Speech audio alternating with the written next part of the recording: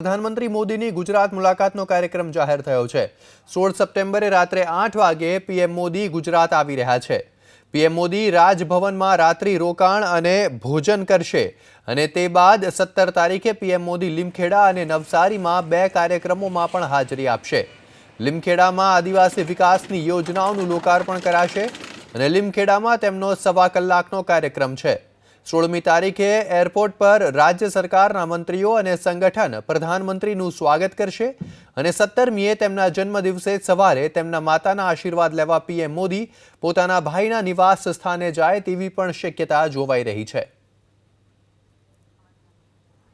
તો પ્રધાનમંત્રી મોદી ગુજરાતની મુલાકાતે છે। 16 સપ્ટેમ્બરે રાત્રે 8 વાગે તેઓ ગુજરાત આવી પહોંચશે અને ત્યારબાદ 17મી આખો દિવસ તેઓ ગુજરાતમાં જ રહેશે। 17 તારીખે તેઓ લીમખેડા અને નવસારી જશે અને કાર્યક્રમમાં તેઓ હાજરી આપશે અને 16મી તારીખે સરકારના મંત્રીઓ તેમજ સંગઠન પ્રધાનમંત્રીનું સ્વાગત કરવા જશે। 17 તારીખે જન્મદિવસ પર તેઓ માતા હીરાબાના આશીર્વાદ લેવા જશે અને પોતાના ભાઈના પણ ઘરે જશે તેવું પણ માનવામાં આવી રહ્યું છે। તો આ જણાવી દઈએ કે 17 સપ્ટેમ્બર 2016ના દિવસે પ્રધાનમંત્રી નરેન્દ્ર મોદીનો 67મો જન્મદિવસ છે અને 67મા જન્મદિવસ નિમિત્તે પ્રધાનમંત્રી મોદી ગુજરાત આવી રહ્યા છે, પોતાના રાજ્ય આવી રહ્યા છે અને તેઓ પોતાની માતાના આશીર્વાદ પણ મેળવશે પોતાના જન્મદિવસ નિમિત્તે।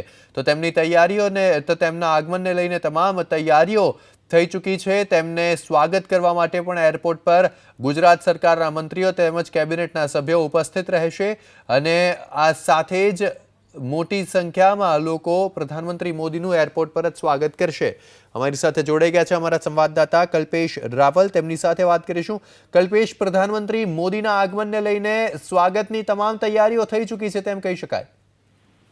બિલકુલ, સ્વાગત અને સુરક્ષા બંનેની તૈયારીઓ થઈ ચૂકી છે। ગાંધીનગરની જો વાત કરવામાં આવે તો લગભગ લશ્કરી છાવણીમાં ફેરવાય એ પ્રકારની સ્થિતિ રહેશે, કારણ કે 16મીએ રાત્રે પ્રધાનમંત્રીનું આગમન થઈ રહ્યું છે। અમદાવાદ એરપોર્ટ પર ભવ્ય સ્વાગત કરવામાં આવશે પ્રોટોકોલ પ્રમાણે સરકાર દ્વારા।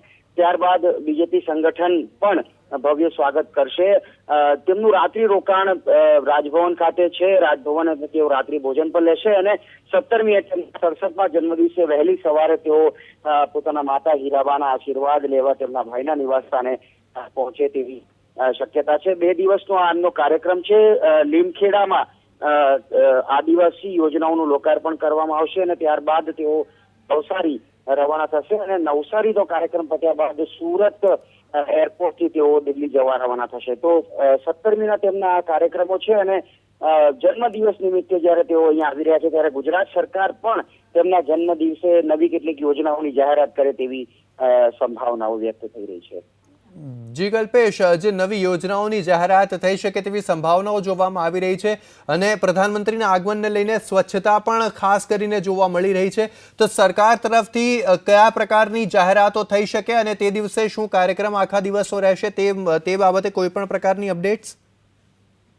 અત્યારે જે આજે સવારે કેબિનેટની બેઠક મળી એમાં પણ આ મુદ્દો ચર્ચાયો હોવાનું મનાઈ રહ્યું છે। ખાસ તો જે બાંધકામ શ્રમિકો માટે રાજ્ય સરકારે એક યોજના વિચારી હતી, લગભગ 10 રૂપિયામાં તેમને બાંધકામ શ્રમિકોને ભોજન મળે એ પ્રકારની યોજના રાજ્ય સરકાર લાવવાનું વિચારી રહી છે। 17મીએ તેનું લોન્ચિંગ થાય તે પ્રકારની પણ શક્યતાઓ જોવામાં આવી રહી છે। આ તરફ સંગઠન પણ નરેન્દ્ર મોદીના જન્મદિવસને આવકારવા માટે વિવિધ કાર્યક્રમોનું એલાન કરી ચૂક્યું છે, જેમાં સ્વચ્છતા અભિયાનથી માંડીને વંચિતોના વિકાસ સુધીની જે તમામ શૃંખલાઓ છે તે અંતર્ગત આ કાર્યક્રમો યોજવામાં આવશે।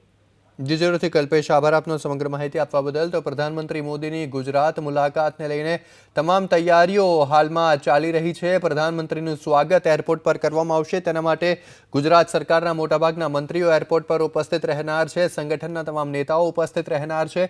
ત્યારબાદ 17મી તારીખ મતલબ કે પ્રધાનમંત્રીના જન્મદિવસના દિવસે પણ ઘણા બધા કાર્યક્રમો પ્રધાનમંત્રીના રાખવામાં આવ્યા છે।